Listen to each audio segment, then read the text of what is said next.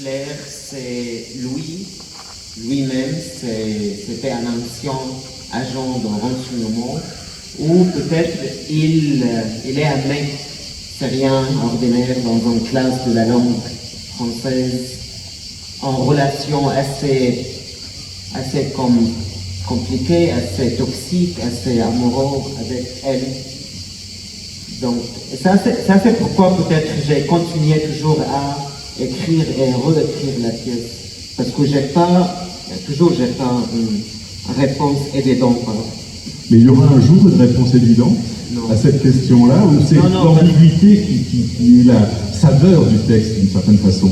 En fait, peut-être c'est l'expansion de cette question, c'est les années entre 2021 et 2024 où j'étais en train d'écrire cette pièce, parce que moi j'étais totalement perdu.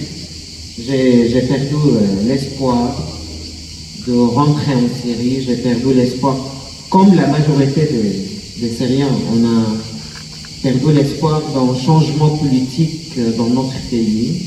C'était avant la chute du régime.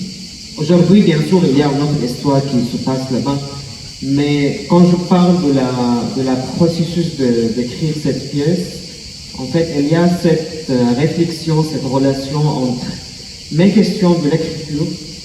Est-ce que je vais écrire encore de théâtre avec cette perte totale de ma capacité à inspirer, et comment je vais écrire, comment j'écris théâtre. Donc cette pièce-là, c'est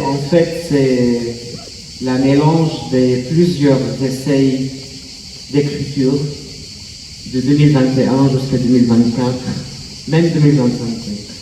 En 2021, quand vous commencez à écrire ce texte, vous êtes en exil depuis combien de temps? Une dizaine d'années à peu près? Oui, 2016, depuis 2016. Donc vous avez fui la guerre civile syrienne, c'est l'intitulé un peu rapide et facile qu'on utilise pour parler de ces tragédies et de cette guerre qui a ravagé le pays.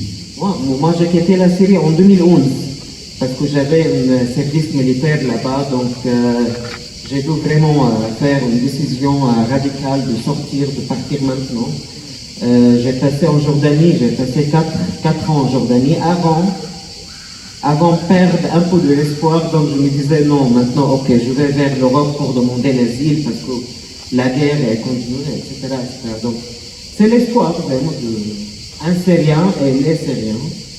Mais particulièrement quand je parle de 2021, 2022, 2022, c'est pour moi et pour les gens que je connais, donc on a commencé vraiment à éviter de parler de la Syrie, nous-mêmes.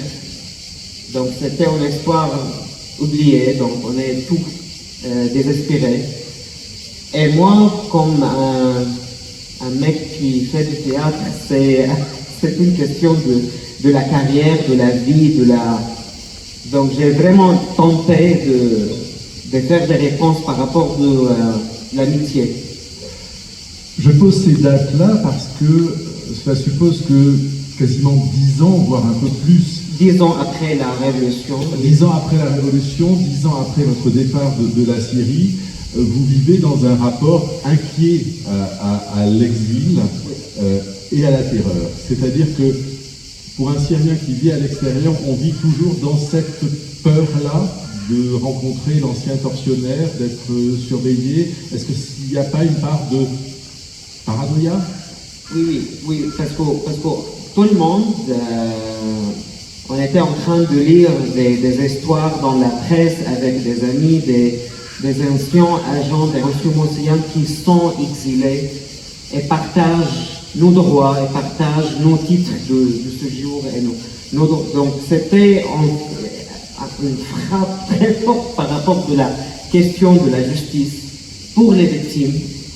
Donc je me disais peut-être ça peut être la porte où je peux entrer pour cette pièce. Donc,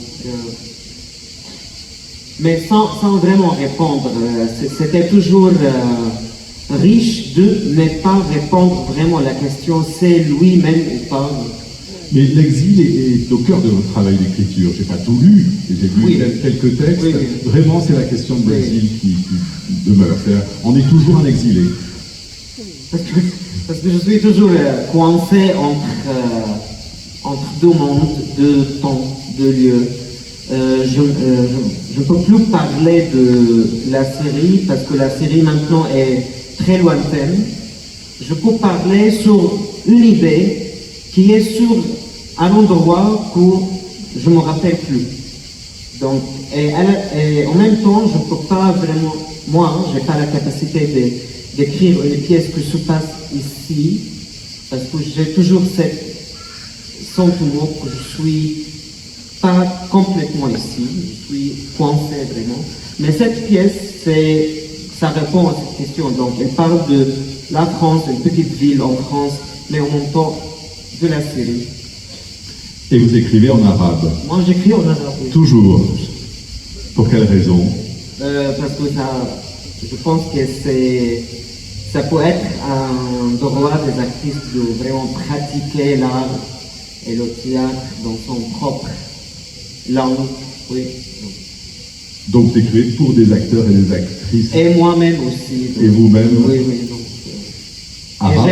et moi, j'adore travailler avec des traducteurs et traductrices. Ça toujours ça a la richesse de la processus de travailler avec des traducteurs. Oui.